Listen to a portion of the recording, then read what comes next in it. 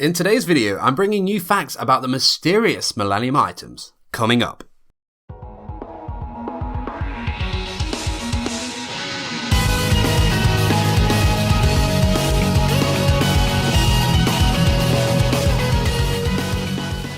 What's up there and welcome to a brand new video on 414 yugioh.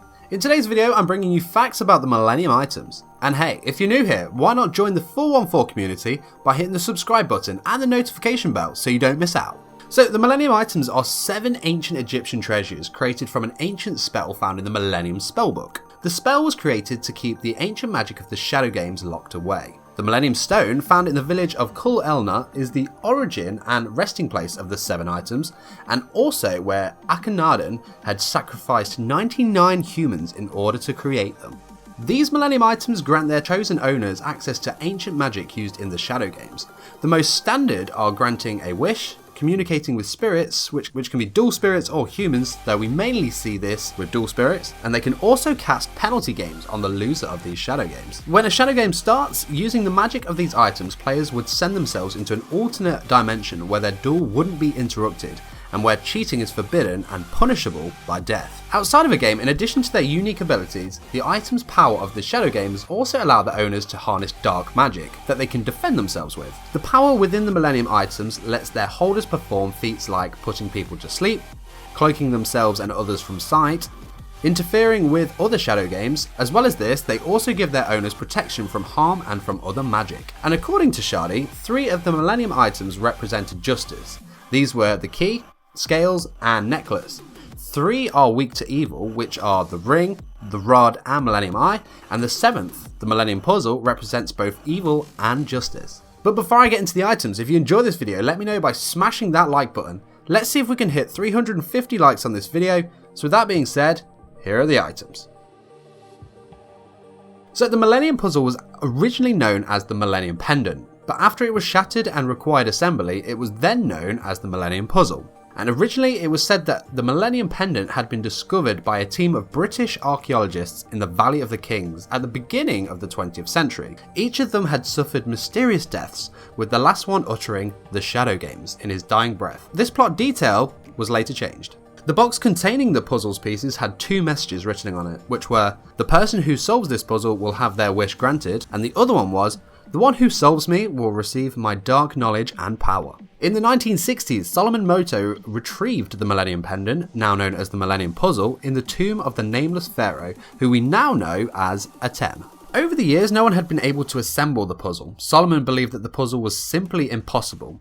Yugi then found the puzzle in the family game shop and spent 8 years trying to solve it. Solomon repeatedly tried to convince Yugi to give up on the puzzle, but with no success. Solomon had also feared that the puzzle contained the power of the Dark Shadow Games, so he hoped Yugi would never solve it. Atem describes the power of the puzzle as the power of unity, comparing the puzzle's pieces forming as friends coming together. The puzzle's main power grants the owner the powers and knowledge of darkness and shadows, giving the owner incredible skill at strategy and allowing him or her to use ancient and powerful magic. That magic is mainly used to start and control Shadow Games. The Millennium Puzzle is the strongest and most powerful of all the Millennium items. As well as it being able to initiate Shadow Games and penalty games as well, this is how Yami Yugi would punish those who harmed Yugi or his friends. In the Memory World arc, Atem couldn't summon the Egyptian gods without the immense power of the puzzle. It has the power to cast illusions and can manipulate the minds and souls of others, such as when Yami Bakura put Bakura's soul inside of Change of Heart, but Yami Yugi changed it to Yami Bakura soul in the card. It can even interfere with the magic of other Millennium items, and at its full power can repel the dark seal of Orichalcos. Other lesser known powers include protecting the user and others from harm and magical forces, and the ability to communicate with dual monster spirits.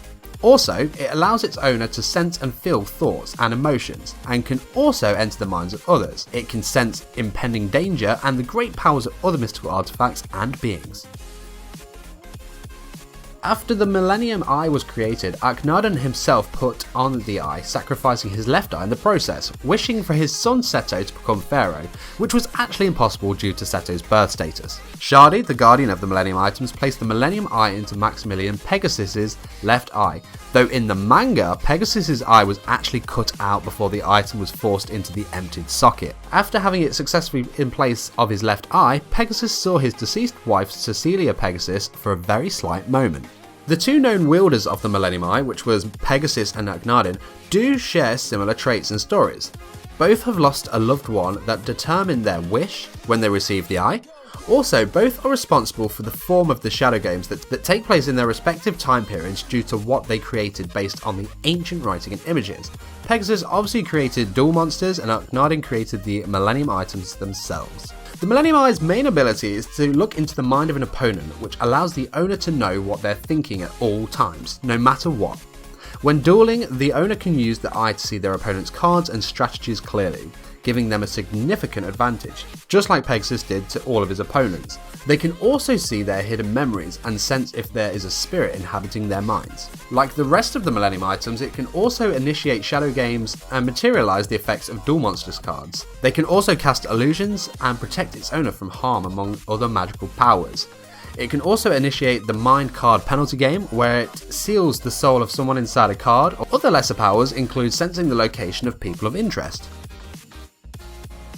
The Millennium Ring was the item held by Mahad in the past, and then Bakura in the present. Bakura sealed his soul into the ring along with a portion of Zork's, which then formed Yami Bakura. In the non-canon Capsule Monsters, thousands of years before the events of Yu-Gi-Oh!, Alexander the Great came into possession with this item. During his time, he won many battles with it and claims it to be his lucky charm.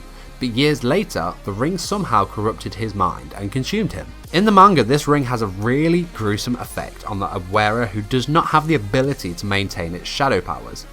If the wearer is not strong enough, then the ring will burn their soul and body, as seen when a thief tried to steal it and was forced to wear it by Shadi. After the ring's prongs punctured his chest, this was also another trait when the ring found a suitable host. This would prevent them from taking the ring off. Back to the thief though. The thief then had fire pouring out of his eyes and mouth and died horribly, a scene that Maximilian Pegasus actually witnessed before being forced to accept the Millennium Eye.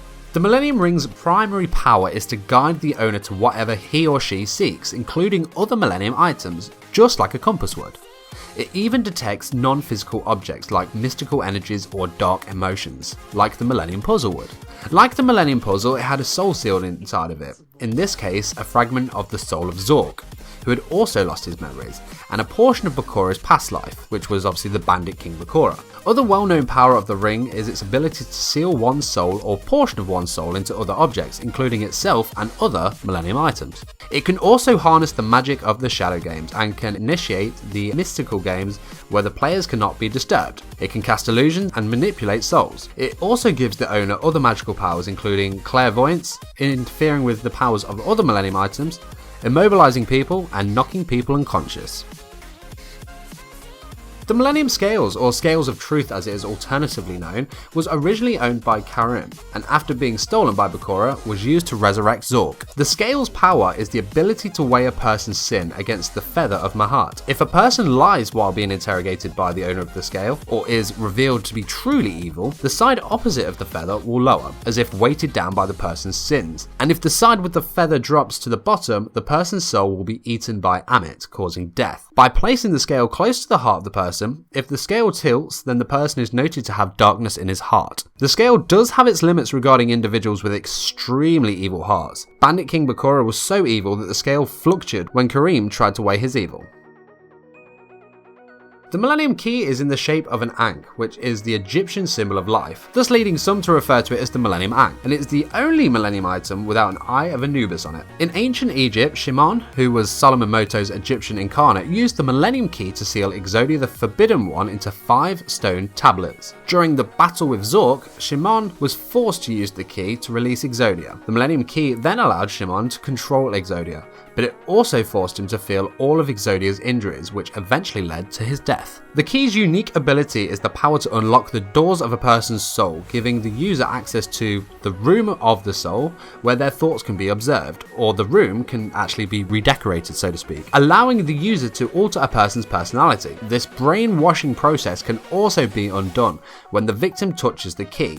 Also, the controller can choose to manipulate and destroy the personality. Additionally, it can allow the user to make themselves and others invisible to physical sight, and allows them to sense any disruption of the Millennium items, mystical energies that could be caused by an item being taken from its rightful owner. The owner of this item may also force images, scenes, or visions into the minds of others, as well as communicating telepathically with other people.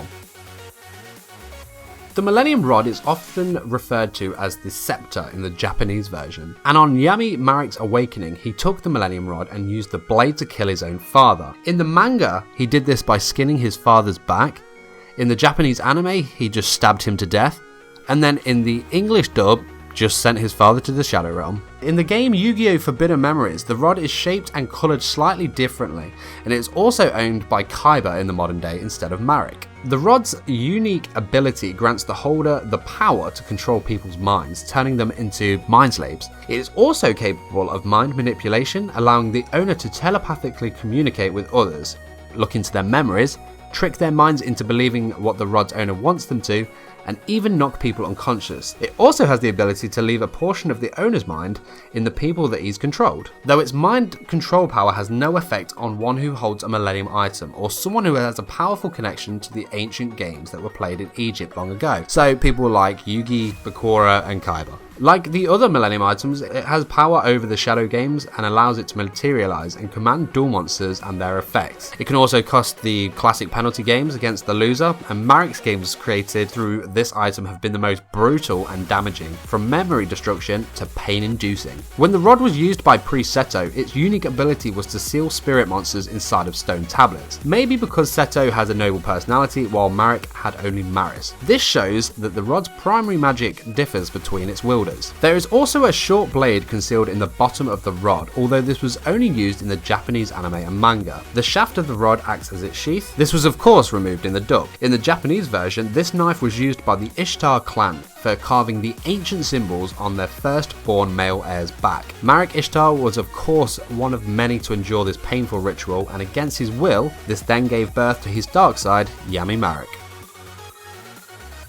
The Millennium Necklace allows its wearer to see through time, offering vivid glimpses of the ancient past and near future, futures whose outcomes can only be altered through the interference of other Millennium items. It can also protect its wearer from the shadow magic of other Millennium items. And when first introducing herself to Kaiba and showing him the stone tablet brought from Egypt, Ishizu uses the Millennium Necklace to let Kaiba see a glimpse into the past, particularly over the battle between the Pharaoh and a sorcerer that was once the Pharaoh's friend. Thanks for watching. This was my video of facts about the Millennium items. If you want more Yu-Gi-Oh! Fact videos, character deck profiles, duels and more, hit the subscribe button right now.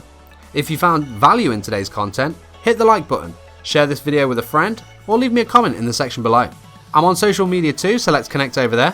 Thank you so much again for watching. I will see you in the next video. Take care.